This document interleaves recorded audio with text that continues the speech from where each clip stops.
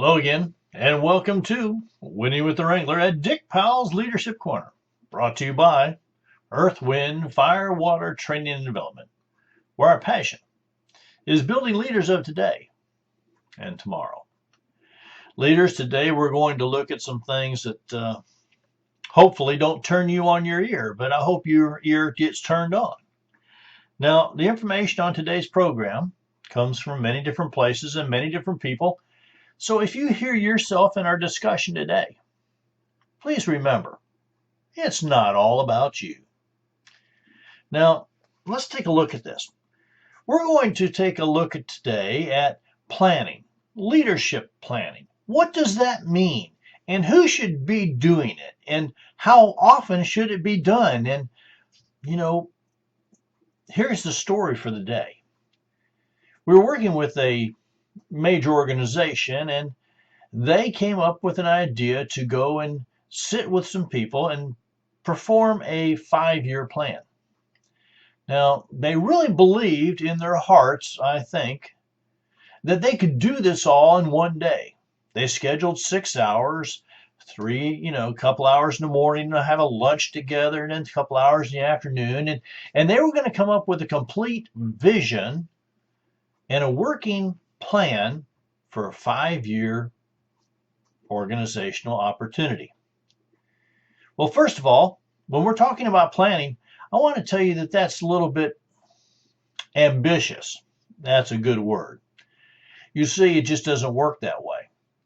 In order to do good planning for an organization, especially a long-term plan like a 5-year plan, you first need to really speak to everyone and have some discussionary times with the groups of people that it's going to affect.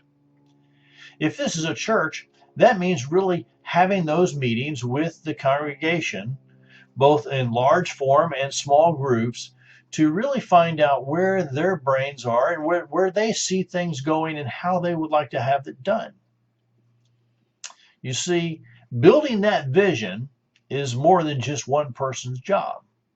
Even in a large organization that's for profit, a money-making opportunity, those things need to come about within the leadership group.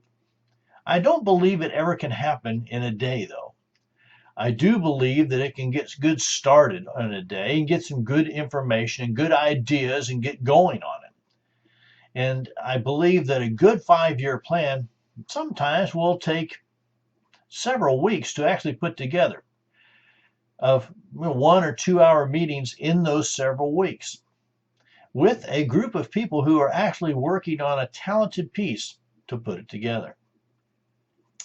Now, let's look at some things, though, because, first of all, I don't think you ought to just make a plan to be making a plan. I do believe, though, leaders are responsible, accountable, for seeing to that a plan is put together. And this means making a plan to make a plan. I believe it needs to be on your schedule somewhere in the year, maybe more than one time. We like to do it quarterly here, just so you know. Put it on that schedule so that it happens and everybody will be there who is going to be involved in that opportunity. But plan to plan. Now, we have had things happen within our organization that on those planning days, some major catastrophe happens and we have to postpone it. When that has happened, we have learned that if we don't immediately put it on the schedule to do it as quick as we can, after that solution has come to, that it slips away. And when it does, we find ourselves slipping backwards and not forwards because we don't have a roadmap to go by. So plan to plan. One of the biggest things that I believe that I'm going to encourage you as leaders to really look at is to determine the primary purpose. Your primary purpose should be your mission. And that primary purpose is really the big picture. Why are you doing what you're doing? Why is your organization doing what they're doing? Why did you all come together? For what reason? At churches, becomes a more thought processed piece, and even in profit organizations, it's somewhere we need to spend a lot more time. You see, this thing of why do we do what we do? Who do we do it for? If your only answer is to make money, I'm going to tell you what, you're probably not going to make much. You see, it just doesn't work that way. So plan to plan, okay? Determine your primary purpose. Get it down on the paper. Ladies and gentlemen, I'm going to tell you what, if it's just in your head, it's just a thought. And thoughts are great, but they're hard to build upon because they don't become solid rock foundations. And that's what we're talking about. This primary purpose is your solid rock foundation of what your corporation, organization is all about. Now, in this planning opportunity, I'm going to encourage you to do some research of where you're at right now. Now, that really means look around your world. Is there anyone within a certain distance of you that's doing the same thing? Does your organization provide the same opportunity or career opportunities or widgets, or what are you doing? Is someone right next to you doing the same thing? Did you do the research of who, what, when, where, how? If you're a church, take a look around of what's going on in your world. What's going on around your location? Who do you really need to be talking to? Do the research. You see, when you do the research, then you can do a better job at prioritization when you come down to your planning. Man, think about that. This really is a piece that always is going to move together. Just so you know, leaders, this is what we do, and this is who we are, and this is what people want and expect from you. Now, when you're doing this, you're doing the research, you're getting together, you really need to think about some things. First of all, in order to do it correctly, you've got to ask the right questions. Now, these right questions are going to be asked to everyone within your organization as well as without. What can we be doing better? Who do we need to be talking to? Where do we need to be seen and heard? Those are some great questions. The other great questions are, how much money is it going to take to do this? What kind of budget do we need to make happen? You see, those are great ideas, but I have to tell you that there are times you need to look at great ideas through the monetization effort, even in nonprofit organizations. It's the really, what am I going to put in and what am I going to get out? ROI, rate of investment versus rate of return. You're going to have to ask those questions, but you need to know more than that. Who are the people that you're going to provide these things to? What is it you're providing? Is it something that no one else is providing? If it's something else that someone else is providing, how do we do it better, quicker, faster, better? Start asking those great questions, and I'm going to tell you what, you're going to start getting some great answers. Make sure you're writing down, you're keeping track of them. This is the only way that you're going to learn from them. And it's the only way that you're going to be able to put into place some new ideas and tactics, strategies for your corporation company. Now, this next one, I'm going to tell you what is it's a fact, but it's where, well, quite frankly, most of us stumble. So let's look at it. When we're planning, we need to attach with those plans some specific goals. And when we have those goals written down, underneath them, there needs to be some things that has to happen. One is there needs to be a budget for that goal, because everything needs its own personal budget. There needs to be a way to have some metrics assigned to it. Are we reaching that goal? What's it mean to reach that goal? How will we know when we reach that goal? You see, without metrics, it's just willy-nilly and spitting in the wind. You really don't know. And the other thing is you need to keep goals and make them convictional. In other words, the people need to be convicted to do it. You see, if they don't know buy-in, it just goes bye-bye. And that happens more times than we really want to admit. But when things go bye-bye because of no conviction, it usually results in that they were unrealistic. And unrealistic goals are just dreams. They don't really, it's hard to make them come true because there's no way to measure them. It's like saying, my goal is to take and feel better tomorrow. Well, how do you measure that? Do you take your temperature? Do you take your weight? What does it mean to feel better? You see, it's kind of an unrealistic piece. So make sure that they're measurable, realistic, and convictional. And the biggest one is measurable.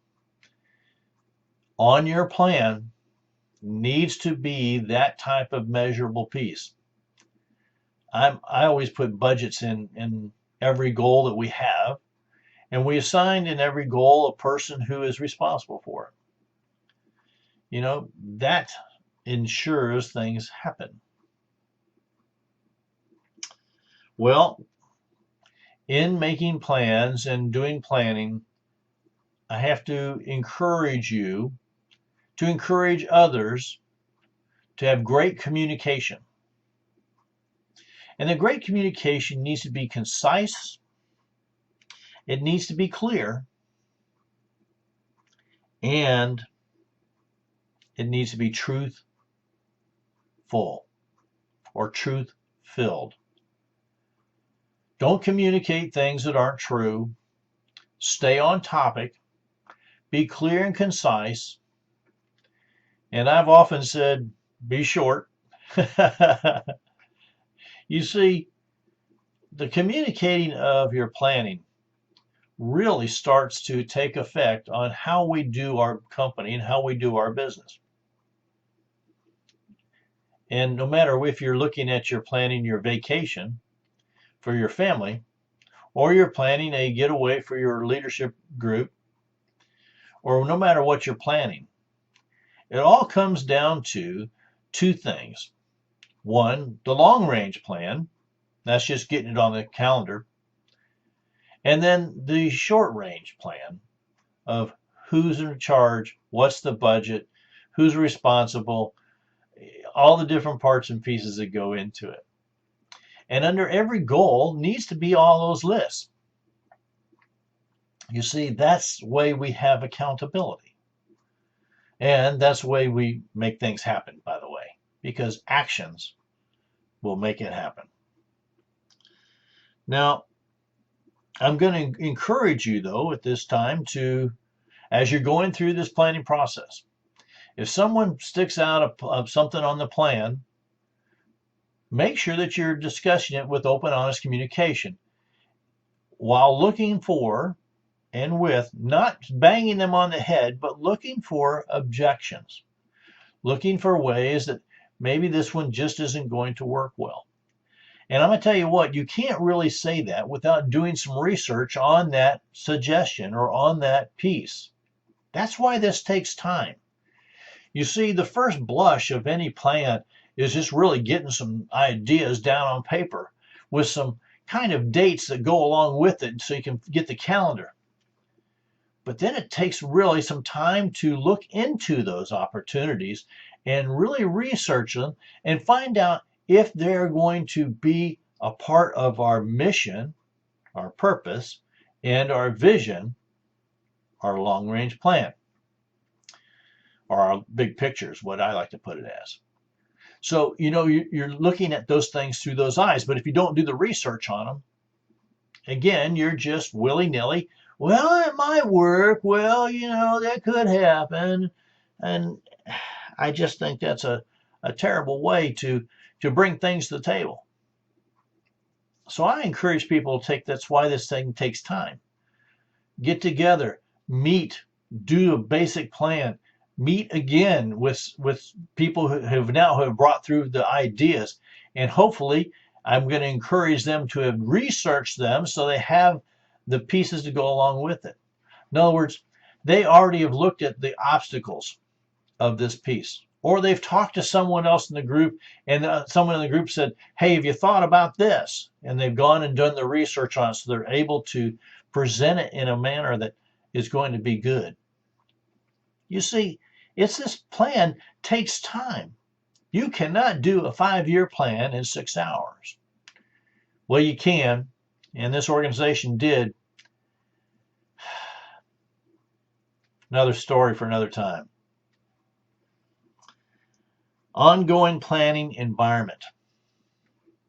What's that mean? You see, ongoing and continuous planning is really how organizations function. Let me rephrase that. Ongoing continuous planning is how great organizations function. They do it because people are allowed and feel comfortable with always bringing new ideas and ways of making things happen. They do it because they feel comfortable enough to present an idea or opportunity without the fear of retaliation or being smacked on the head. Now, why is that so important? Well, it's important because then people have buy-in. The thing to encourage is let the people know that we do have an ongoing, continually planning opportunity. Please do the research, talk to other people, do the communication part before you bring it up or before you bring it in.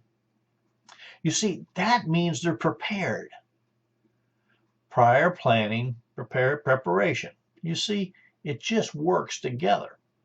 But as organizations go, we sometimes get so involved in our day-to-day that we don't look down the road. Might be a good thing to start putting in our plan right on the calendar. Oh, today's a planning day. What's that mean?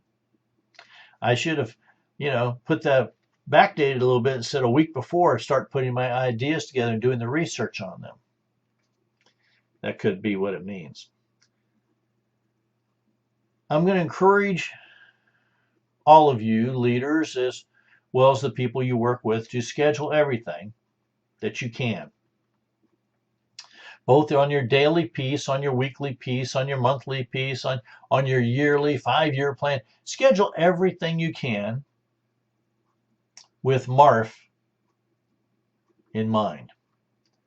Now, MARF, M-A-R-F, stands for Maintain Absolute Rigid Flexibility. That means there's going to be times when we get to a certain point, we need to be flexible enough to take and say, oh man, it's raining outside. We really shouldn't do that picnic. What's our way to take and do it? Where can we have it that's indoors or something else? That maintain that flexibility is going to be the biggest mark of how your plan comes together. It's also going to be how people remember your plan and how they want to be involved in your plan or not. So schedule everything you can with MARF in mind. Now, I know I've talked to this point. Maybe I'm over talking it. But everything on your plan needs a budget. You see, because every time we do something with an organization, even a nonprofit, it does either cost time or money or both. And we need to make sure that we track that. It's the only way we're going to know whether or not this was a rate of investment, rate of return. Was it a good thing to do? Was it a good thing to do again? You see, unless we can answer those questions, we're just, again, spitting in the wind. We really don't know. So everything needs to have a budget. Everything needs to have an accountability piece. Everything on the plan needs to have an accountability piece that tells who's in charge of it. That makes sense to me.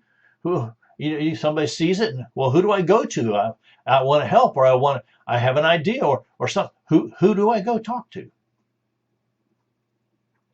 What is it that we're actually trying to accomplish? Does it fit in with our mission, our purpose, and our vision, our picture? Those are another great questions to be asking.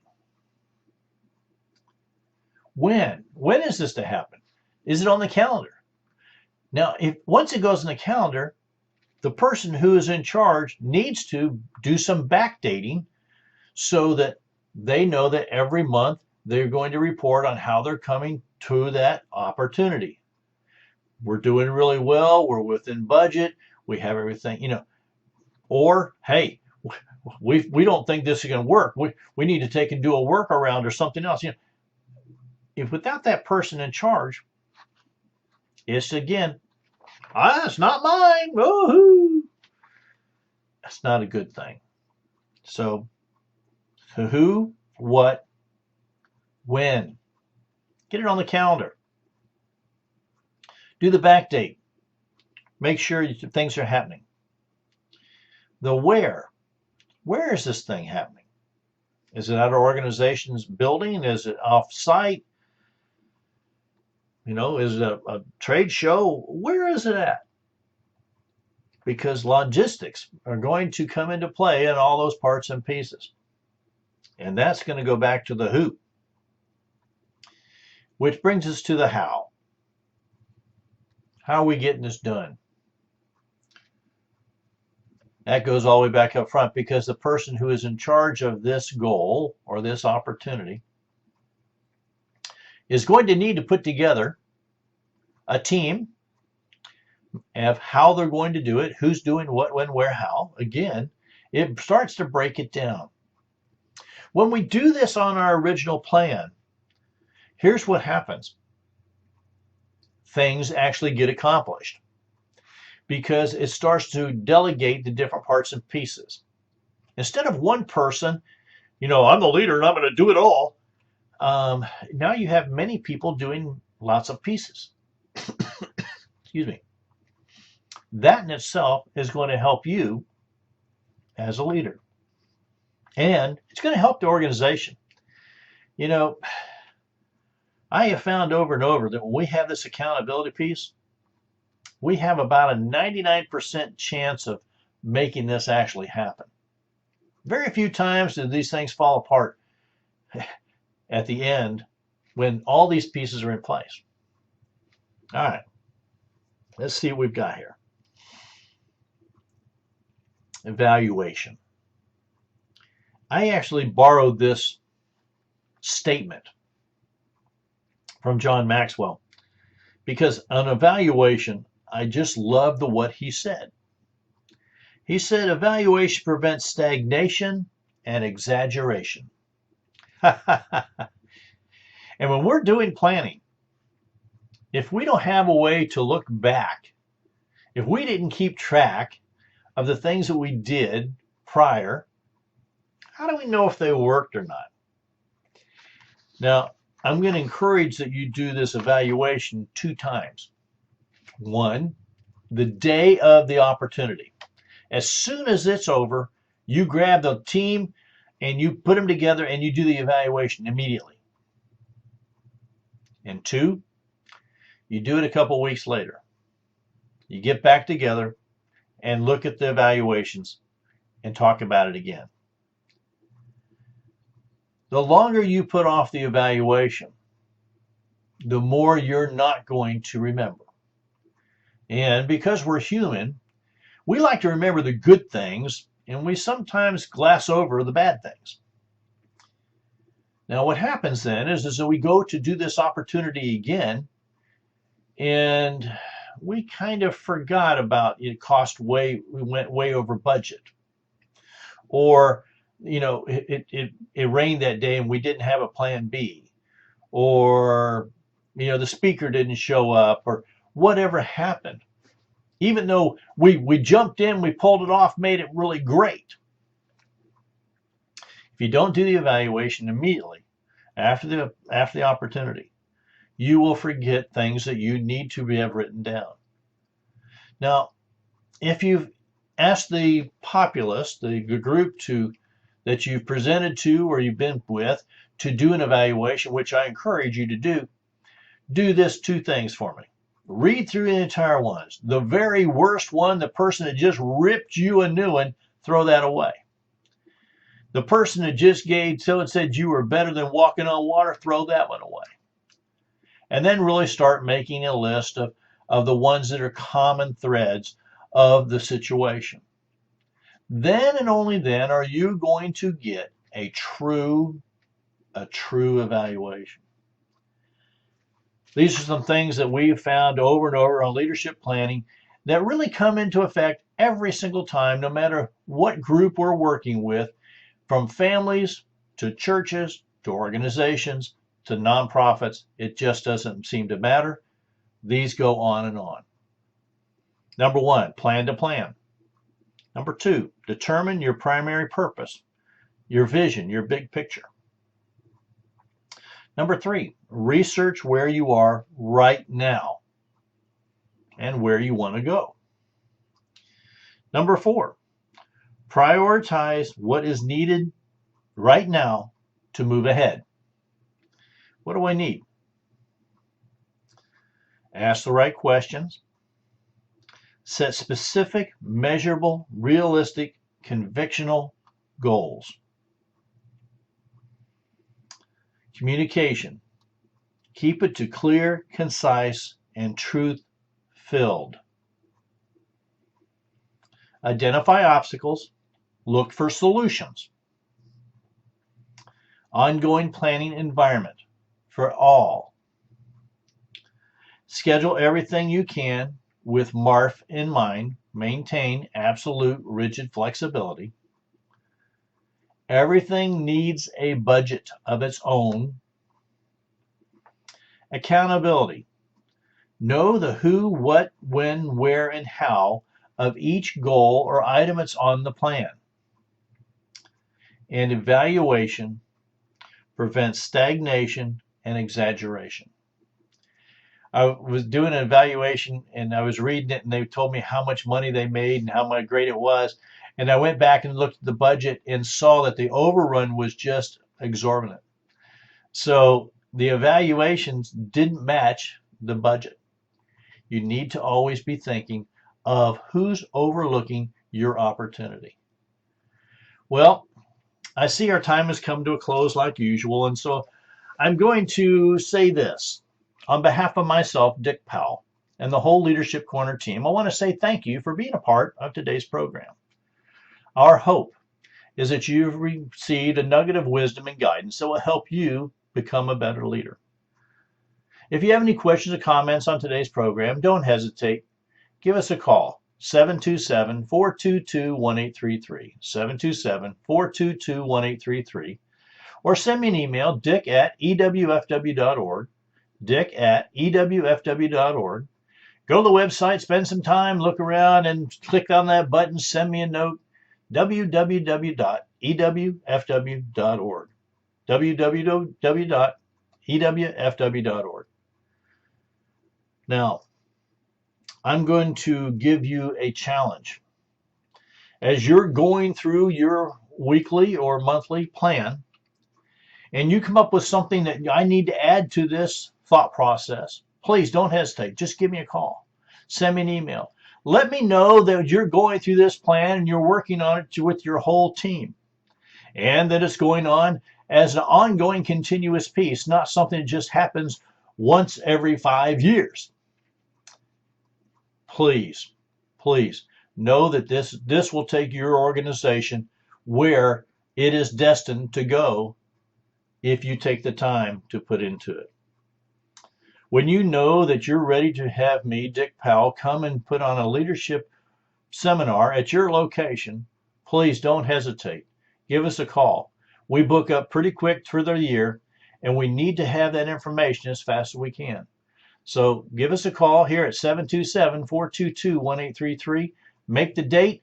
We'll be there and be there with your team. Now, until next time, this is D.W. the Wrangler saying, ride hard, ride fast.